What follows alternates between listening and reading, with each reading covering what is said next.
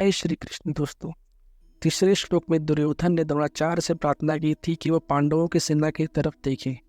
अब चौथे, पांचवें और छठे श्लोक में दुर्योधन द्रोणाचार्य को पांडवों की सेना के महारथियों को दिखाता है। अत्र सुरा महेश्वासा भीमा अर्जुन समायुधि विजुधानो विराटश्च द्रुपदश्च महारथ धृष्टकेतुश्चेकितानः काशीराजस्य वीरवान् पुरुजित्किन्तिभोजश्च सैभ्यश्च नरपुङ्गवः युधामनुश्च विक्रान्त उत्तमौजाश्च वीरवान् सौभद्रो द्रौपदाश्च सर्व एव महारथ। अर्थात यहाँ पांडवों की सेना में बड़े बड़े शूरवीर हैं जिनके बहुत बड़े बड़े धनुष हैं, तथा जो युद्ध में भीम और अर्जुन के समान है। उनमें युयुधान, राजा विराट और महारथी द्रुपद भी है। धृष्टकेतु और चेकितान तथा पराक्रमी काशीराज भी हैं। पुरुजित तथा कुंती भोज, ये दोनों जो भाई थे, तथा मनुष्यों में श्रेष्ठ सैम्य भी है। पराक्रमी युधामन्यु और पराक्रमी उत्तम मौजा भी है। सुभद्रा कुमारी अभिमन्यु और द्रौपदी के पांचों पुत्र भी हैं। ये सब के सब महारथी हैं। शुरू करते हैं अत्रिशुरा महेश्वासा भीमा अर्जुन समायुधि से। जिनसे बाण चलाए जाते हैं या फेंके जाते हैं उसका नाम ईश्वास अर्थात धनुष है। ऐसे बड़े बड़े ईश्वास या धनुष जिसके पास है वे सभी महेश्वास है। पर यह है कि बड़े धनुष पर बाण चढ़ाने पर एवं प्रत्यंचा खींचने में बहुत बल लगता है। जोर से खींचकर छोड़ा गया बाण विशेष मार करता है। ऐसे बड़े बड़े धनुष पास में होने के कारण ये सभी बहुत बलवान और शूरवीर है। ये मामूली योद्धा नहीं है। युद्ध में ये भीम और अर्जुन के समान है, अर्थात बल में ये भीम के समान है और अस्त्र शस्त्र की कला में ये अर्जुन के समान है। अब दुर्योधन एक एक महारथी का नाम गिनाते हैं। दुर्योधन ने शुरुआत युयुधान से की। युयुधान अर्थात सात्विकी ने अर्जुन से अस्त्र शस्त्र की विद्या सीखी थी। इसीलिए भगवान श्री कृष्ण के द्वारा दुर्योधन को नारायणी सेना देने पर भी वह कृतज्ञ होकर अर्जुन के पक्ष में ही रहा, दुर्योधन के पक्ष में नहीं गया।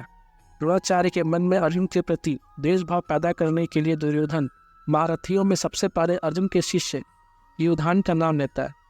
तात्पर्य है कि इस अर्जुन को तो देखिए, इसने आपसे ही अस्त्र शस्त्र की विद्या सीखी है और आपने अर्जुन को यह वरदान भी दिया था कि संसार में तुमसे समान कोई धुरंधर नहीं होगा, ऐसा प्रयत्न करूंगा।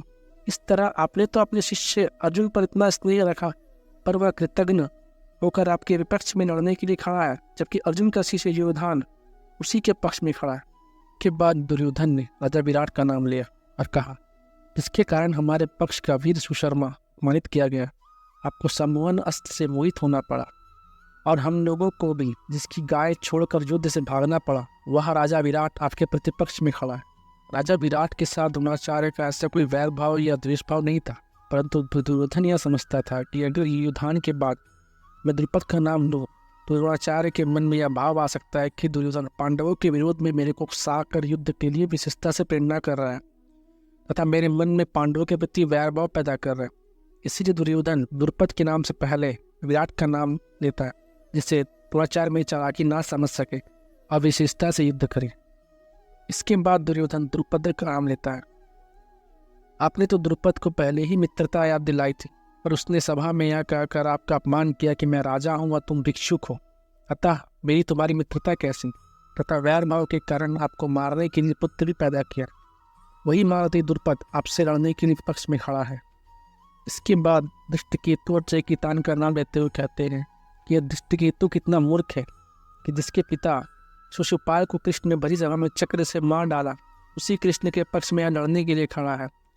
और सब यादव सेना तो हमारी ओर से लड़ने के लिए तैयार है, और यह यादव चेकितान पांडवों की सेना में खड़ा है। और यह काशीराज बड़ा ही शूरवीर और महारथी है, यह भी पांडवों की सेना में खड़ा है। इसलिए आप सावधानी से युद्ध करना, क्योंकि यह बड़ा पराक्रमी है। इसके बाद वह पुरुजित और कुंतीभोज का नाम लेता है। यद्यपि पुरुजित और कुंतीभोज ये दोनों कुंती के भाई होने से हमारे और पांडवों के मामा है, तथापि इनके मन में पक्षपात होने के कारण ये हमारे विपक्ष में युद्ध करने के लिए खड़े हैं। और वो देखिए, वह शैब्य युधिष्ठिर का ससुर है। यह मनुष्यों में श्रेष्ठ और बहुत बलवान है। परिवार के नाते यह भी हमारा संबंधी है, परंतु यह पांडवों के ही पक्ष में खड़ा है। और वो देखिए, पांचाल देश के बड़े बलवान और वीर योद्धा युधामन्यु तथा उत्तमौजा मेरे वैरी अर्जुन के रथ के पहियों की रक्षा में नियुक्त किए गए हैं। आप इनकी ओर भी नजर रखना। और इससे देखिए गुरुजन, यह कृष्ण की बहन सुभद्रा का पुत्र अभिमन्यु है। यह बहुत शूरवीर है। इसने गर्भ में ही चक्रव्यूह भेदने की विद्या सीखी है। अतः चक्रव्यूह रचना के समय आप इसका ख्याल रखना। युधिष्ठिर, भीम, अर्जुन, नकुल और सहदेव, इन पांचों के द्वारा द्रौपदी के गर्भ से क्रमश प्रतिविघ्न, सुतसोम, श्रुतकर्मा, शतानिक और श्रुतसेन नामक पुत्र पैदा हुए। इन पांचों को आप देख लीजिए। द्रौपदी ने भरी सभा में मेरे हंसी उड़ाकर मेरे हृदय को जलाया है। उसी के इन 5 पुत्रों को युद्ध में मारकर आप उसका बदला चुकाएं। ये सब के सब महारथी है, जो शास्त्र और शस्त्र विद्या में दोनों में प्रवीण हैं और युद्ध में अकेले ही एक साथ 10,000 धनुर्धारी योद्धाओं का संचालन कर सकते हैं। तो बहुत से महारथी पांडव सेना में खड़े।